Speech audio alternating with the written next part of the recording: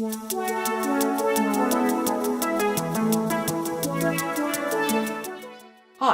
my name is Rafferty and you are watching These Are Questions. This is the internet show where I ask people questions about things, life, and such not. And today's guest is a digital marketing specialist and a content creator. Please welcome Rehan Ally. Rehan, welcome to the show. Thank you for having me. My pleasure. Thank you for being a part of it. Really appreciate it. Before we get into the show itself, I have to explain the rules of These Are Questions. Rehan, I'm going to ask you a series of questions going to be based around your career and aspirations, along with a mixture of questions that are borderline idiotic and, well, randomly stupid. Do you accept those terms? I accept those terms. Awesome. So, Rehan, are you ready? Yes. Let's do it. Good. Internet, are you ready? Take that as a yes. With that, let's begin. So, I know that you are a marketing specialist and a content creator, two fields that I know very well since I'm in those active fields as well. I also know that no two marketers are really the same. Everyone has their different tastes and different styles. Can you explain to the audience how you got into content creation and marketing while highlighting your current journey so far?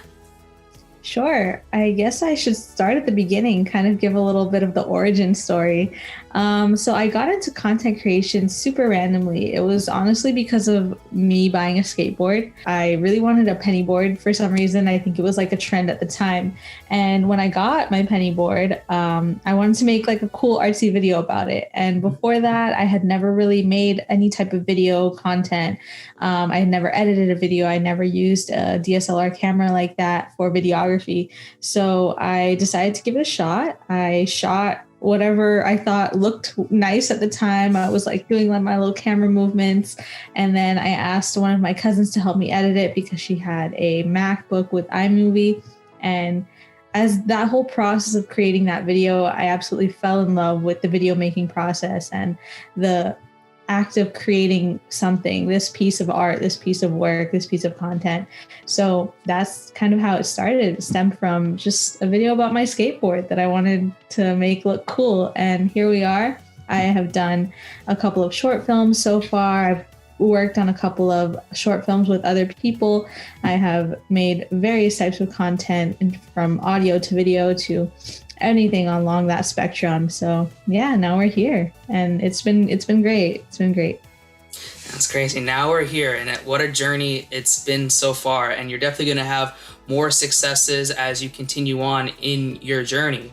And it's funny that you mentioned that you do films and other forms of content because you're not really just a marketing specialist and a content creator per se. You know, you're also a photographer, you're a videographer, you're a graphic designer, and a podcaster. To really highlight it, your latest podcast is called Diary of an LDF, starring yourself and your co-host / your best friend, as you quote on the show, Alexia Deval. How did the podcast start? And what is your recommended favorite episode for new viewers who are listening to the podcast for the first time? Oh man, so that podcast is like my baby. It's both of our babies.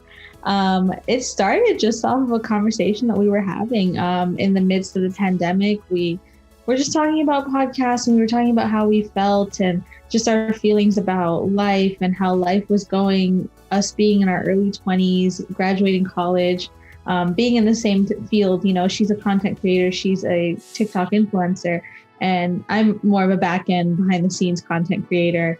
Prefer to be behind the camera. So we have two very different styles, but we have such common grounds and we have very similar opinions when we talk about anything in life. So we were like, you know, we need to record these conversations that we have. So we decided to start a podcast from that. And being that we are in a long distance friendship, that is what LDF stands for. It stands for long distance friendship.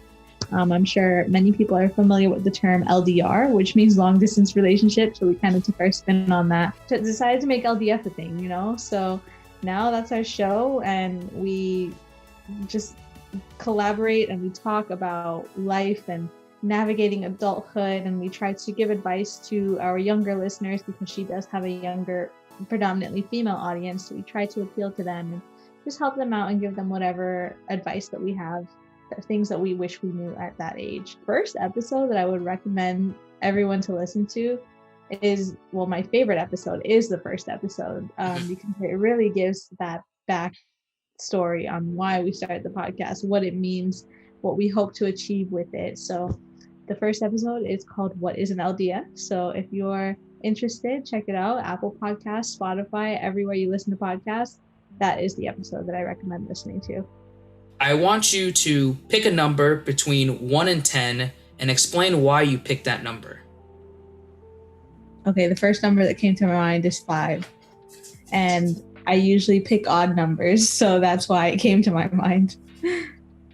Okay. I like that reasoning, odd bunch, I'm an oddity, a lot of people are oddities, so it makes sense. I'm not calling you one. I'm just saying, you're lovely. I don't want to say it. I'm not saying that. I'm not saying it. I swear. So, but I want you to remember that number because that number will play a role towards the end of the season. So you may want to write it down. You may want to put it in a sticky note. You may want to mention it in a future podcast episode. I don't know. But just remember the number 5 for the end of the season. It will play a very important role when we get to that point. Okay, will do. Awesome. Which animal do you think would be the best to ride a skateboard and do tricks with? Oh, wow. That's a curveball question. An animal that I think would be the best to ride a skateboard, probably something in the cat family. I feel like cats have a lot of coordination and control. I did see a video of a cat riding a skateboard yesterday, so I think they'll do great. Maybe even a cheetah could do the tricks. I feel like they have a little more strength than a cat, than a house cat. So yeah, I'm gonna go with someone from the cat family, maybe a cheetah. Okay, I like cheetah because they're really fast. So like that could be a really fast skateboarder. Exactly. Yeah. Could be one of the fastest. For me, I would probably do SkateBird because it's a bird that skates, and also there's a game that's called SkateBird that's coming out in the end of, I think, this year. So I'm not plugging them, but I'm just saying the SkateBird, the game. Yeah, you can check it out. I'll show it. Maybe I'll incorporate it if the developer allows me to put pictures on the screen or whatever. But I'll show it. I will show it. Hey, before you continue on with this episode of These Are Questions, I just want to take a quick aside to thank GlassBottom Games. GlassBottom Games are the developers for the upcoming title SkateBird, currently set for release later in 2021 for Xbox, PC, and Nintendo Switch. And how it all came about was that after I asked the SkateBird question and after I talked about it, I contacted the company in regards to using some footage and some pictures to incorporate here on These Are Questions. Now, for the record, These Are Questions is an interview show where I don't make any money off it, my guests don't make any money off it, and anybody that's a part of it does not make any money off it. It's all for promotional collaborations and promotional purposes. That's why we created the show. That's one of the reasons. But my point is that I contacted them to use some of their footage and pictures to incorporate into this episode. And I've played the game, I played early builds of it, and it's fantastic. It's a great homage to various skateboarding games that had come previously in the market. And what's different about this is that it's exactly what the title says. You are a bird that is a skateboarder that is skating around all these custom-made environments across different locations, and it's really cool and has a really cool bird aesthetic, I guess you could say. Really fun to play, very easy to play, and I can't wait for the final build when it comes out later in 2021. And this is not paid promotion, I don't make any money off this, I'm saying it because it's genuinely a really cool game to play, and I can't wait to see it in full action when it comes out later this year. So I just want to say thank you to Megan Fox. She's the founder of GlassBottom Games and the company themselves for allowing me to use some of their pictures and footage for here on These Are Questions. So thank you so much. With that, I hope you're enjoying this interview. Now let's get on with it. Going back to, digital marketing, I want to go specifically with social media. There's a lot of social media platforms out there, and there's a lot of emerging platforms. What are your opinions on the latest social media platforms, such as like TikTok and Clubhouse, for example? And do you think there can be another major social media platform that can take over and really dominate the market? Okay. I have a lot opinions on this because honestly, I'm obsessed with TikTok. I think TikTok is a brilliant invention and platform.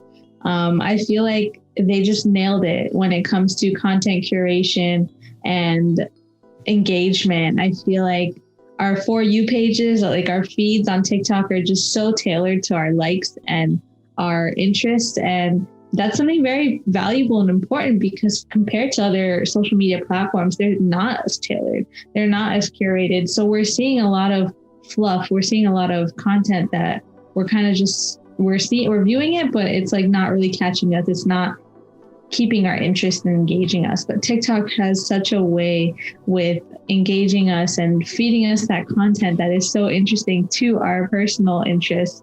And it just keeps us scrolling for hours and hours. The time literally ticks by as you're on TikTok. In terms of Clubhouse too, I feel like Clubhouse just blew up out of nowhere. I was hearing about it for months, and then all of a sudden Elon Musk did a Clubhouse session and it kind of blows up. And it's also a really great platform. I feel like it's like a live podcasting platform, honestly, or almost, because you're able to join a room with people, sometimes people you never expected to ever have this access of communication to. For example, if you're on the call and Travis Scott comes in, you may have a chance to speak up and let him hear your voice, like, or answer a question that he's asking, or just engage in some type of direct conversation with him. I feel like that's never been done before and never been possible before. So Clubhouse is really, really unique for that as well. However, I do feel like as successful as these platforms are right now, I feel like they can't really get lazy. I feel like even though they're doing great and they're killing it, they do have to kind of keep it up and keep rolling out features and keep the appeal, because for example, with me, with Clubhouse, I've already kind of lost a little bit of my interest in the platform, just because after that initial excitement, the excitement kind of died. There hasn't really been something as exciting on the platform since, and it's kind of losing its appeal. So I feel like that's a good example as to why they need to just constantly create, constantly innovate. Even though they're successful, I feel like that's a life lesson that anyone can take. We can all kind of learn from even these things that we deem so successful. Like, even though they have success, they should constantly be working, constantly be growing, because the world is just moving at such a fast pace, and especially our industry is constantly changing and evolving, and you have to keep up with the updates and the changes. So and you have to stay relevant. I feel like there definitely is room for more platforms that can dominate to this level of TikTok and Clubhouse, because we didn't expect platforms like that before they came out. We were like, oh, this is cool, and now we're like, wow, this is amazing. What's next? Absolutely. The amount of platforms that are growing and emerging, and just like you said, coming out of nowhere, really shows how innovative a lot of different individuals are when they're developing and creating these social media platforms. I know it's the incentive to be viral and the incentive to get a large populace, hence why it's social media, but it's really interesting about the syncrasies and how the little nuances appear with these different platforms, and how each of them work very similarly but have their own different niches that really makes them stand out. So I think definitely there'll be a ton of emerging social media platforms in the future, especially as these newer platforms such as TikTok, Clubhouse, and others are growing. So I definitely agree with that. What is the best movie you've watched that most people have never heard of? Oh man, I gotta think about that one. I feel like the best movie I've watched, people have heard of it, but I'm gonna say it because I don't want to take up too much time trying to think of another movie that people haven't heard of. Actually, all right, I'll say two. So the best movie that I like that a lot of people know about, but I don't know if a lot of people watch it, is Pirates of the Caribbean. That's just my favorite movie for some reason. I don't know. I just love the adventure, and I love the characters and the comedy moments, and the drama in it. I love the story, even though it's probably a stupid movie to most people. And then I feel like another movie that I like that maybe a lot of people haven't heard of is I Love Dogs, directed by Wes Anderson. I love Wes Anderson movies, and I Love Dogs is just I love it. It's a brilliant movie. I think that everyone should watch it, and everyone bashed it when it came out because they thought it looked weird, but they just didn't give it a chance. So it's a stop motion movie, about an island, off the coast of Japan, that they dump a bunch of dogs there because they have diseases, and these dogs are fighting and fending for their life, but they have very, very interesting and funny personalities. So I think it's a great movie that everyone needs to watch at some point. Okay. Well, I got some movie recommendations there, everyone. So if you haven't seen either of them, which is funny because I know the movies, but I've never watched either of them. So Okay. I have some homework to do, and maybe there's a few viewers watching as well who may have the same thing. Yeah, definitely. It's I promise you it won't let you down. I hope not. You promise. Promise there. While researching more about you, I noticed that you're an avid traveler. And you're also a vintage camera photography aficionado, which I think that's really cool. I'm into cameras as well, and I like looking at old timey cameras and how they work and function. But my question is, out of any location that you have or haven't been at yet, which destination would you want to do a vintage photo shoot in? That's a good question. I haven't really thought about a vintage shoot before, but I would probably say I would love to do like a vintage shoot in maybe an abandoned house. I have seen a lot of those photo shoots on Instagram where people go to abandoned houses, and they are like in such interesting condition. You know, they've been left items have been left in the houses.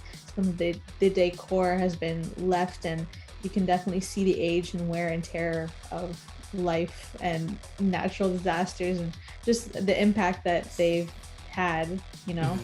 And I've seen a lot of people do like really cool photo shoots in them. People will buy like thrifted dresses, like vintage looking dresses. They look like they're from like the 20s or the 30s, and they'll do photo shoots in them. So I think I would probably want to do one of those. I'm not sure the location. It may be like rural America. Okay, I like that. I think rural America, kind of really rustic vintage shoot. You could do 20 style or 30 style, or you can really be really creative in that sense. I think that would be really cool. What advice do you recommend for anyone that wants to put themselves out there in the media?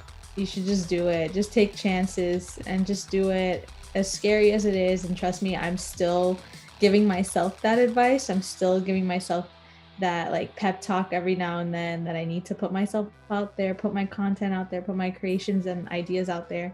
Because it is very scary. You know, it's scary opening up that side of yourself to the world and to put it out in the public for everyone to see and to criticize. And you know, you start thinking of the worst of everything, of every situation, and you start thinking about what people could say or what people could think, and you just can't think like that.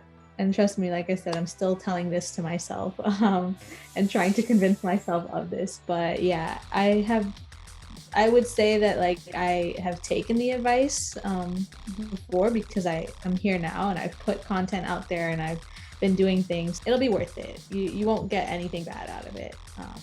It'll only do you good. So yeah, put yourself out there and see how it goes. See where it goes from there. hmm I agree with that as well, because you never know where life can take you, and sometimes just trying and seeing what works and what doesn't work can change your life in so many different ways. So a very simple but very well received piece of advice. Thank you for sharing that. Of course. So I have one more question to ask you, but it's more of a scenario. So here's the scenario. You're on a deserted island. You have a phone, but nothing on the phone works. So you can't do text messages, you can't do phone calls. Nothing really works except for one social media platform that allows you to only post one public post. Which platform would you choose, and what would be your SOS post to get you out of that island? Mm. That's a cool question. It is. But I feel like it's a no-brainer. Like I would go with TikTok because TikTok, it just has such a high chance of your video blowing up. There's such a high chance of virality. And when it comes to making a video like that, where you only have one shot, you might as well take it on TikTok. If you try to put it on Twitter, no one's gonna see it. If you try to put it on Instagram, nobody's gonna see it.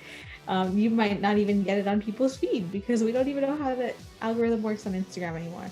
But TikTok has such a high chance of your video going viral and reaching the people that it might need to reach. So you might have a chance of being saved. So I'm gonna go with TikTok. Okay. Well, TikTok, but what's the SOS? I guess in this case, what will be the SOS video? What would you say? What would you convince people to say? Hey, I'm on an island. I need to get out of here. Yeah. So in terms of the message, I would probably use that whole 1 minute that they give you and record as much of the island as I can, as much as I can fit into that video while talking over it, being like, hey, this is how I possibly got here. This is where we might be. Try to find me. This is what the island looks like. I only have this many days left before I starve. So there you go. Yeah. You gotta have a song too. You have to have a song in the background as well because it's TikTok. So. Oh yeah, probably a Megan Thee Stallion or the Baby song, something that's gonna go viral too. There you go. Okay. Yeah. I like that. So I like your deserted Megan Thee Stallion, the Baby, super deserted island media post. People might want to go travel there after that video too, like just because people love travel content on TikTok. So it might be, two birds with one stone. I get saved and the island gets more exposure and tourism. Yeah, it's a win-win. I like that. Yeah. If you look at the watch on my invisible hand, and I just messed that up, so I'll try it again. If you look at the invisible watch on my hand, I'm not cutting that. That's staying on there. We're at the end of this interview. It was a pleasure. Thank you so much for being a part of These Are Questions Season 2. If you want to see all of my stuff and Rehan's stuff, you can view it down in the description down below. You can check out Diary of an LDF on Apple, Spotify, and all media platforms that are given for it. And this is your time. Anything you want to say, any final words, final thoughts, things on your mind, this is the time. It is open floor. Anything. Oh my gosh. Why is this the most daunting part of the interview? This is the free for all. Thanks for having me. This has been a pleasure. I've really enjoyed delving into these topics and answering these super random questions. So if anyone wants to ask me some more random questions or talk more about some of these topics that we covered, you could definitely reach out to me on my social media and I would be happy to engage. So yeah. Alrighty then. Well, for everyone that's watching and got to the end of it, you have been watching These Are Questions. Have a good night, everyone, or good morning, or good afternoon, or whenever you're watching this show. You could be watching this at 8:21 Pacific Standard Time on a Tuesday afternoon, or maybe a Wednesday, I don't know. At some point during the week. Who knows? Time zones. That's it. Time zones. Welcome to These Are Time Zones. Yeah.